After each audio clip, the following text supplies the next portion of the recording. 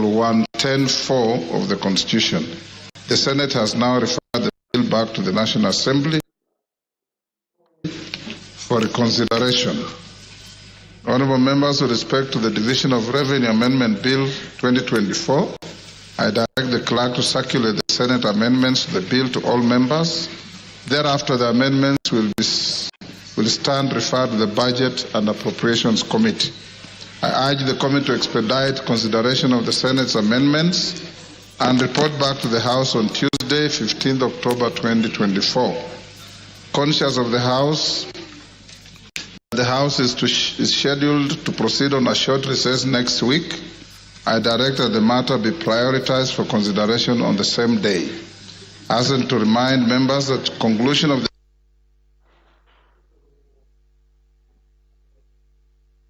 Article 115 of the Constitution by His Excellency the President following rejection of the Finance Bill 2024.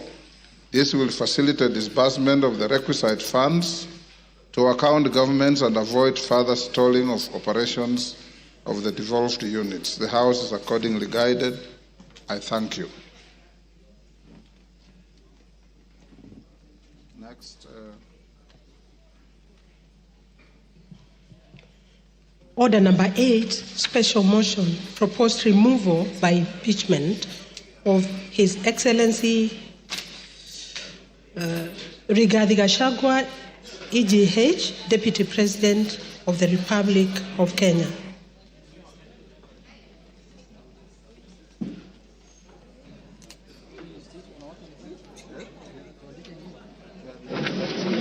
So far, so good with the morning sitting.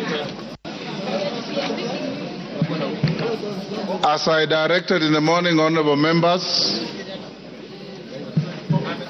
we will proceed up to 5. The Deputy President indicated he will be here by 4.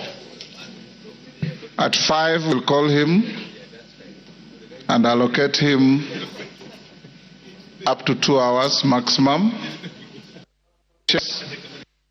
Minority, majority. Thereafter, the mover will be, when he finishes, the minority, majority leaders will come in, and thereafter, the mover will be called to reply. We have 5 minutes each, and the interest is overwhelming. If we remain with the 5 minutes, you know, not each one of you will have time to speak. The alternative to this, and I don't want us to go that direction, is that after the Deputy President has had his opportunity, this motion has no time cap, but we must finish not later than midnight today. So I want to hear your views. We continue with 5 minutes. And after the Deputy President speaks, I'll go to the minority, majority, and reply, and you go to the vote. Is that all right? Yes. Excellent. At the time we concluded, it was Honorable Kajwang from my left who had spoken. I'll now open the afternoon with the member for Ugenya.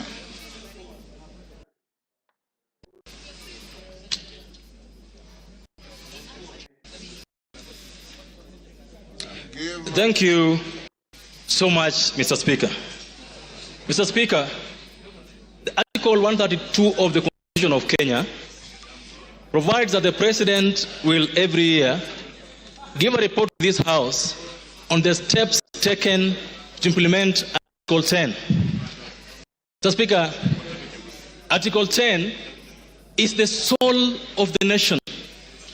Article 10 is what the engineers would call the software of the country.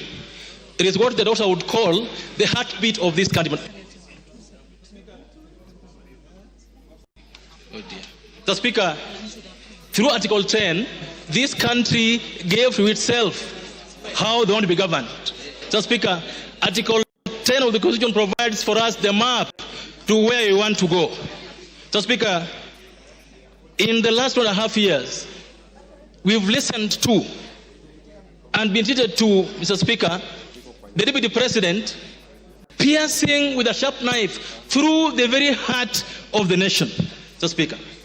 When we went to give ourselves a new constitution, Mr. Speaker, we said tribalism, nepotism, corruption, Mr. Speaker, are our ills. And we said that we will entrench Article 10 and ensure that going forward, we live as a country together, united, Mr. Speaker.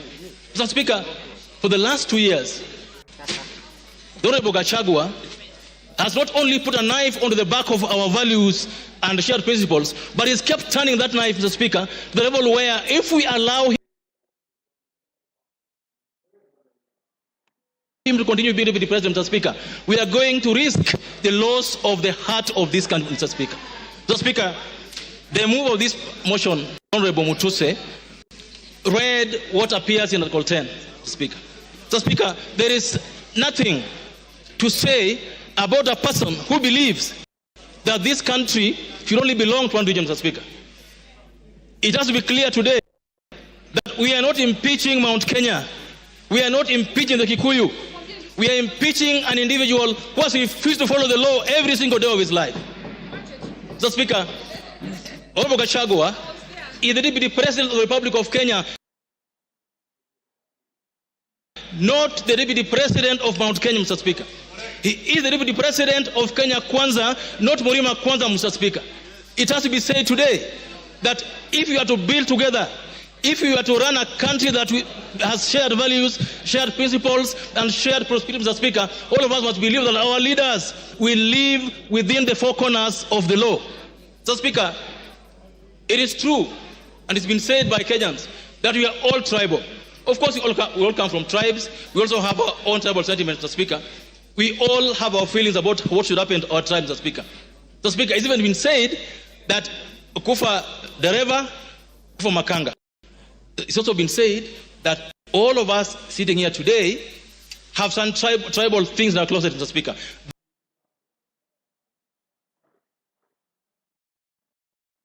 But, Mr. Speaker, and you are a seasoned lawyer, when you go to court,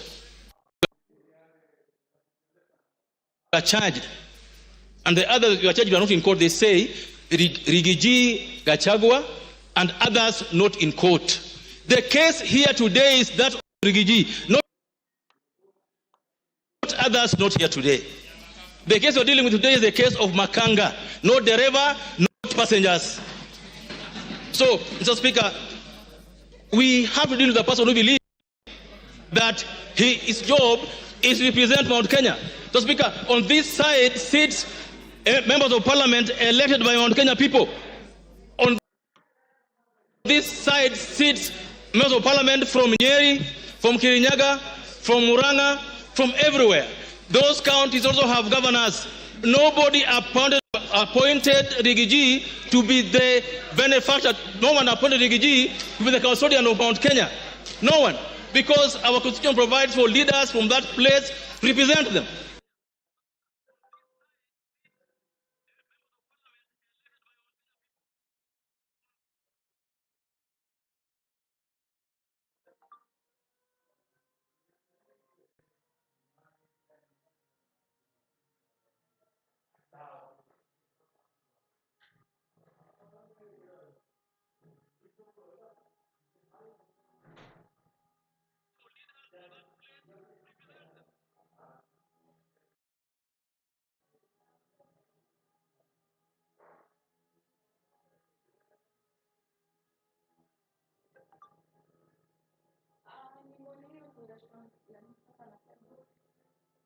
Something you can print.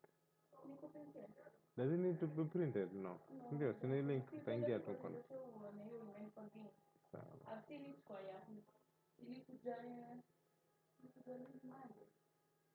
Amesema ako na mtu.